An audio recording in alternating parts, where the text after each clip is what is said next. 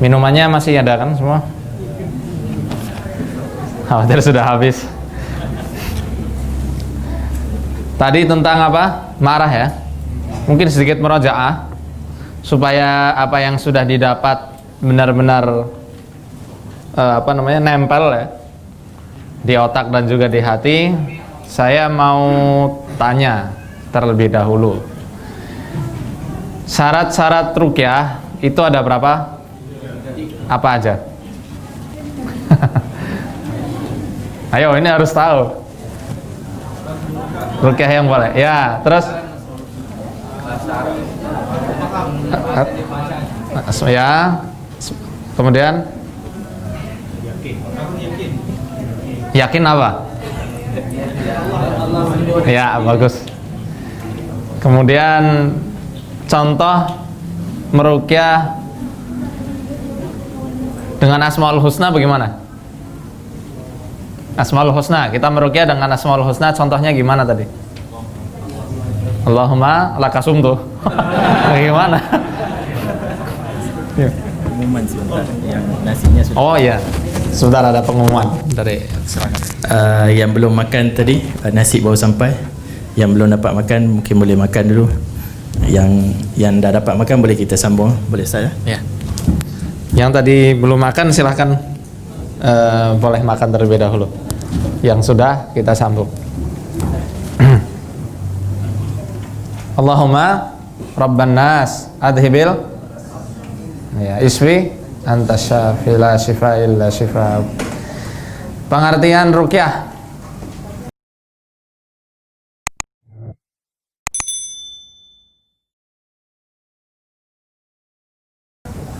Apa ruqyah? Nanti mungkin Bapak Ibu bisa berdakwah di masyarakat, ditanya ruqyah itu apa? Nah, ruqyah itu apa? Iya, lalu untuk ya perlindungan dan juga mengharap kesembuhan. Nah, baik, insyaallah sudah paham semua ya.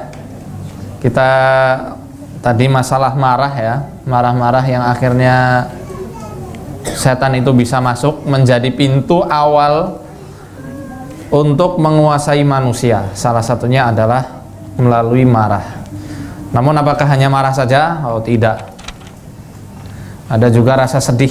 Ini nggak kalah parahnya, nggak kalah bahayanya dari marah-marah itu sendiri. Bahkan pengaruh sedih itu bisa memicu kanker, cancer atau tumor. Tumor tahu ya? Semacam cancer tapi lebih kecil. Ini menurut Dokter Dewi Yogo Pratomo, dokter dari Indonesia, yang beliau mengatakan mayoritas cancer itu berkaitan dengan psikosomatis. Tahu psikosomatis? Masalah psikis. Dia terlalu sedih, terlalu tertekan, terlalu takut, akhirnya sistem imunitas tubuh itu melemah. Ketika imunitas tubuh melemah, udah sel-sel kanker akhirnya hidup dan jadi kanker beneran. Yang kedua, energi limpa mengalami penurunan. Limpa tahu ya? Limpa itu menjadi turun. Nah, pengaruh sedih ini biasanya terjadi pada orang-orang yang terkena sihir dengan media-media turab tanah, kemudian hawai, angin. Jadi sihir itu kan ada banyak macamnya. Ada yang mu'allaq, jadi digantungkan di tempat yang tinggi atau diikatkan di sayap burung, diterbangkan. Ada juga yang menggunakan turab itu di tanah ya, bisa madfun, dikubur. Bisa juga dengan ditaburkan tanah-tanah kuburan di tempat yang selalu dilangkahi oleh orang tersebut, atau dengan ditorehkan di tembok rumah-rumahnya. Jadi macam-macam. Nah, pengaruh sedih ini biasanya timbul dari situ. Maka orang-orang yang terkena sihir-sihir madfun rata-rata secara umum wajahnya hitam. Kenapa? Selalu dibuat sedih dan takut. Selalu mendapatkan bisikan-bisikan gaib, kamu bakal mati sebentar lagi. Kamu akan mati, kamu akan mati. Jadi zikrul maut itu dianjurkan. Tetapi ketika kita hidup rasanya diteror dengan kematian, itu dari setan. Seakan-akan bentar lagi mati, itu dari setan. Bukan zikrul maut yang bagus. Mengingat mati yang bagus, yang baik adalah dengan mempersiapkan bekal kita setelah kematian. Dengan rajin sholat tahajud, dengan apa misalnya, sholat 5 waktu tepat waktu, dengan baca Quran, mengaji isi Al-Quran itu seperti gimana tafsir, mengaji tauhid, itu zikrul maut, mengingat mati yang baik. Bukan dengan ketakutan, mau pergi ke sekolah takut ketabrak bis ntar meninggal, wah ini dari setan, semacam itu.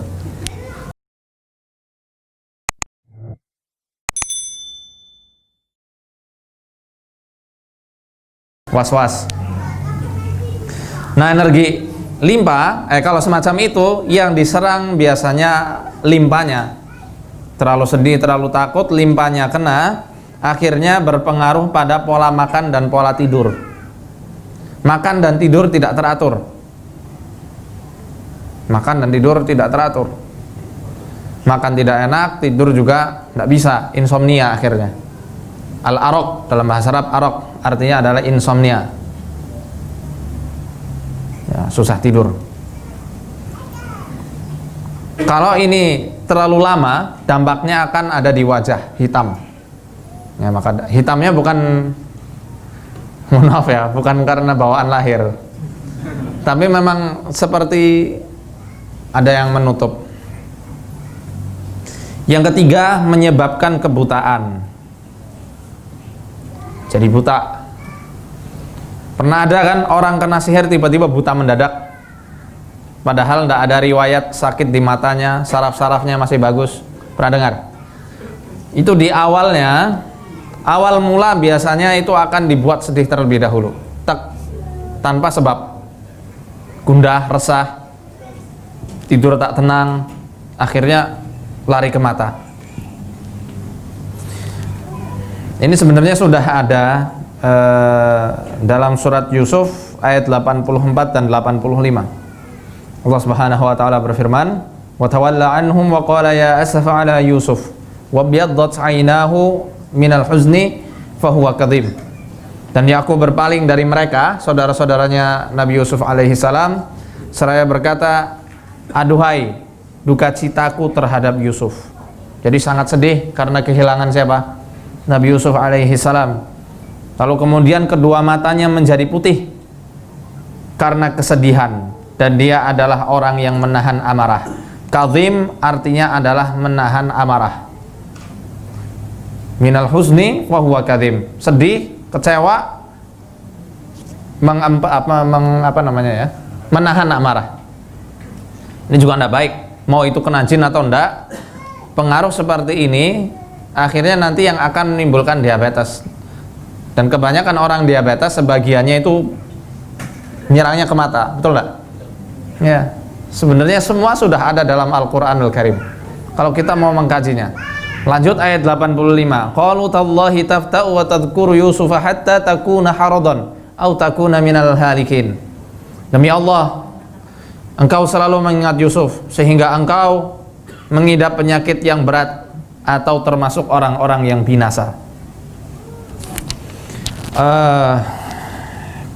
Kata kuncinya sebenarnya ada dalam kata al-harado dalam ayat 85. Ini saya kutipkan dari tafsirnya Ibnu Katsir ya, tafsir Qur'anil Azim. Di situ Abu Ubaidah menjelaskan bahwasanya kata al-harad wa aslul harad al-fasadu fil jismi awil aqli minal huzni awil ishqi awil haram. Asal dari al-harad ya, itu adalah sebuah kerusakan yang terjadi pada jisim, pada badan, dan juga akal, yang terjadi karena rasa sedih, cinta buta, dan juga penyakit ketuaan. Ya. Jadi di sini Allah sudah menjelaskan kamu wahai manusia kalau selalu sedih, selalu menahan amarah dalam artian itu kecewa ya, kecewa tapi bukan menahan amarah seperti yang dianjurkan. Kalau nahan amarah dianjurkan kan nahan habis itu hilang, tapi ini nahan terus berlanjut sampai tua. Nah itu akan menimbulkan suatu kebutaan pada mata. Dalam kitab ini dijelaskan bahwasanya Al-Quran ya, mana? Fama min maradin min amradil qulubi wal abdan, tidak ada satu penyakit pun yang diderita oleh manusia illa wa fil qur'ani sabilud dilalati ala dawaihi wa sababihi wal hamiyati minhu, kecuali di dalam Al-Quran telah terdapat petunjuk tata cara pengobatannya, kemudian sebab-sebab kenapa manusia itu bisa sakit, dan cara pencegahan supaya manusia terhindar dari berbagai macam penyakit. Ini salah satunya surat Yusuf, dan masih ada banyak lagi contoh-contohnya yang ada di dalam Al-Quranul Karim.